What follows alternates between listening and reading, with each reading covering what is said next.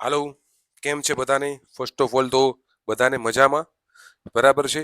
તો બેઝિકલી આજના લેક્ચરમાં આજે આપણે સ્ટાર્ટ કરશું થ્રી ફેઝ ટ્રાન્સફોર્મર. શું ચાલુ કરશું માય ડિયર ફ્રેન્ડ્સ? આપણે થ્રી ફેઝ ટ્રાન્સફોર્મર છે ચાલુ કરવાના છીએ. બરાબર છે? ઓકે. થ્રી ફેઝ ટ્રાન્સફોર્મર આપણે ચાલુ કરશી. તો ચાલો બધાય આવી જાવ.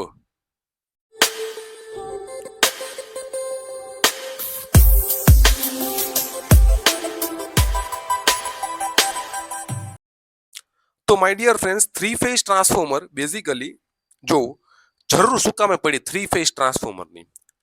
ત્રણ સિંગલ ફેઝ ટ્રાન્સફોર્મરનો ઉપયોગ કરીને આપણે થ્રી ફેઝ સિસ્ટમમાં કરી શકીએ.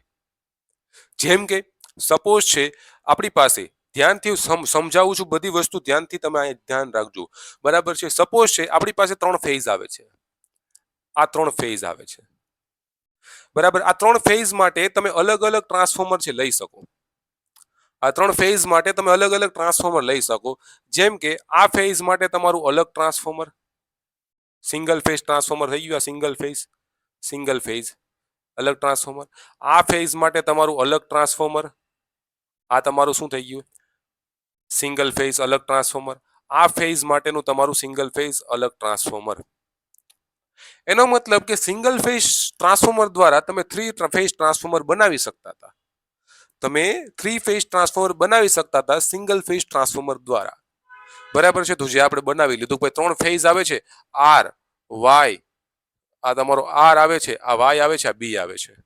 એટલે આર માટે એક અલગ ટ્રાન્સફોર્મર, વાય માટે એક અલગ ટ્રાન્સફોર્મર, બી માટે એક અલગ ટ્રાન્સફોર્મર લઈ શકતા હતા. બટ આમાં છે કોર બધાની અલગ અલગ હશે. કોર છે બધાની અલગ અલગ હશે. તમે વિચારો કે ઈ ત્રણેય ટ્રાન્સફોર્મરની અલગ અલગ કોર, કેટલો ખર્ચો વધી જાય. ઉપરથી ત્રણેય ટ્રાન્સફોર્મરને તમારે કનેક્ટ કરવા પડે. કેમાં? સરખી પોલારિટીથી કનેક્ટ કરવા પડે, પેરેલલમાં સરખી રીતે કનેક્ટ કરવા પડે.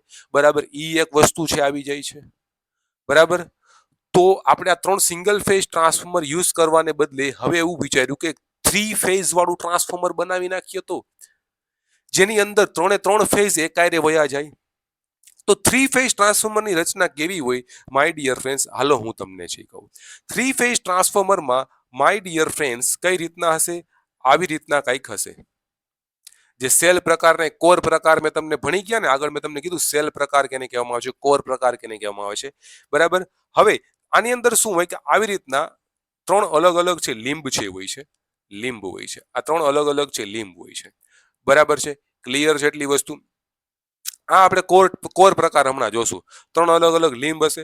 બરાબર? હવે પેલી લીંબ છે આ તમારી છે આર ફેઝની લીંબ છે, આ તમારી વાય ફેઝની લીંબ છે, આ તમારી છે બી ફેઝની લીંબ છે. કોર એક જ છે ડિયર ફ્રેન્ડ્સ. કોર ખાલી કેટલી છે? કોર એક જ છે. આમાં તો અલગ અલગ ત્રણેય ટ્રાન્સફોર્મરની કોર હતી, આમાં કોર એક જ છે. બરાબર? આમાં છે નીચે છે તમારી લો વોલ્ટેજ વાઇન્ડિંગ આવશે. આ તમારી છે કેવી છે? લો વોલ્ટેજ વાઇન્ડિંગ છે. આર ફેઝની લો વોલ્ટેજ વાઇન્ડિંગ. આની ઉપર છે કઈ આવશે? હાઈ વોલ્ટેજ વાઇન્ડિંગ આવશે. આની ઉપર હાઈ. આ તમારી છે એલવી વાઇન્ડિંગ, આ તમારી છે એચવી વાઇન્ડિંગ. બરાબર છે? ખબર પડી ગઈ? રેડી? એવી રીતે તમારું છે શું આવશે? આની અંદર આની ઉપર આવશે આ તમારી છે એલવી વાઇન્ડિંગ, આ તમારી છે કઈ છે? આની ઉપર તમારી છે એચવી વાઇન્ડિંગ. બરાબર? એક જ કોરમાં બધી વસ્તુ એલવી એચવી આવી જાય.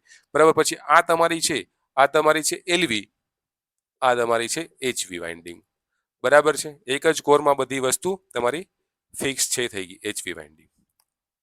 આનાથી ફાયદો કેવડો થયો માય ડિયર ફ્રેન્ડ્સ? તમે જો આ ટ્રાન્સફોર્મર તમારું છે થ્રી ફેઝ ટ્રાન્સફોર્મર છે, એટલે કે એક જ કોર ઉપર, એક જ લીમ ઉપર બે વાઇન્ડિંગ આવી જાય, એલવી અને એચવી. અહીંયા પણ એલવી અને એચવી એક જ વાઇન્ડિંગ, અહીંયા પણ એલવી અને એચવી છે આવી જાય એક જ વાઇન્ડિંગ ઉપર.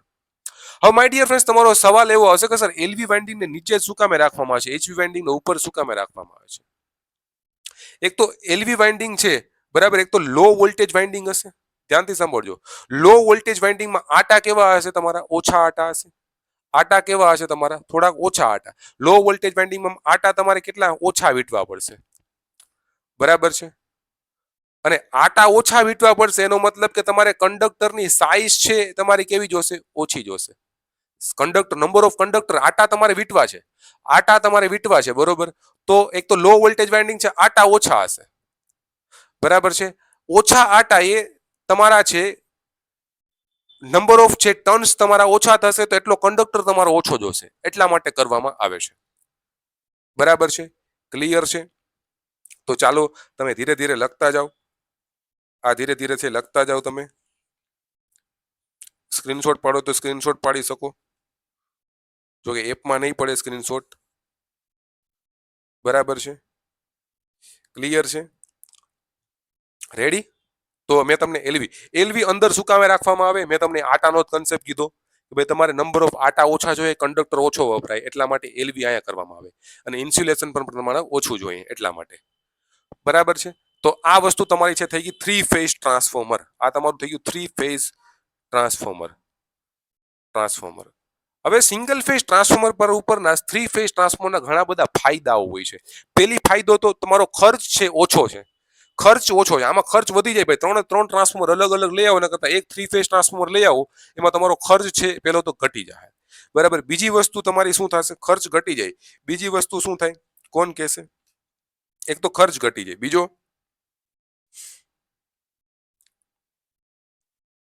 બીજું શું થાય? તમે તમારું માઇન્ડસેટ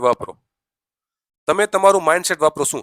હવે આ 3 અલગ અલગ ટ્રાન્સફોર્મર આપણે વાપર્યા. આ 3માં બુકોઝ રિલે અલગ હશે, કન્ઝર્વેટર ટેન્ક અલગ હશે, ના રિલે અલગ હશે. આ 3માં બધું અલગ અલગ હશે કે ઉડો ખર્ચ વધી જાય. આની અંદર બધું એક જ હશે, બુકોઝ રિલે એક હશે. બરાબર? ટ્રાન્સફોર્મરની ટેન્ક એક હશે, કન્ઝર્વેટર ટેન્ક એક હશે, બધું વસ્તુ એક હશે. આમાં તો બધી વસ્તુના કમ્પોનન્ટ અલગ અલગ તમારે જોઈએ. બરાબર? થોડુંક માઇન્ડ વાપરો યાર. બરાબર? એક એ એડવાન્ટેજ છે 3 ફેઝ ટ્રાન્સફોર્મરનો. બરાબર છે? ત્રીજો એડવાન્ટેજ શું છે?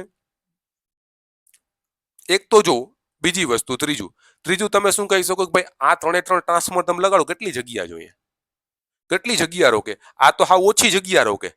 બરાબર? એક જગ્યાએ 3 ફેઝ ટ્રાન્સફોર્મર લગાડી દો, હાવ ઓછી જગ્યા રોકે આ. બરાબર? એક ડી એડવાન્ટેજ થઈ ગયો.